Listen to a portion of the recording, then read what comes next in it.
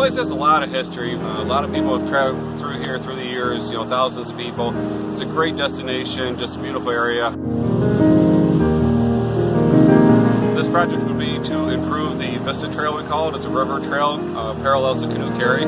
It's a trail that paddlers will use during their carry. They'll make one trip over with the gear, go back along the river trail, and then come back with their second load.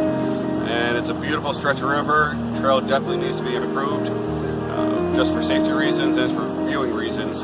We want people to be able to get over it safely and enjoy the trip while they're here at Raquette Falls. There's some steep sections that need to be either stepped or rerouted. We're looking at a reroute in one major section to make it a lot safer, a lot less grade taking the reroute. Other areas need to be hardened up. A couple small bridges need to be over some drainage areas. And some rocky areas need to be leveled out to make it a smoother, safer area. People, like I said, have been coming here for over a century. And we want to keep people coming here for the next century. So in order to do that, we need to keep up on the maintenance.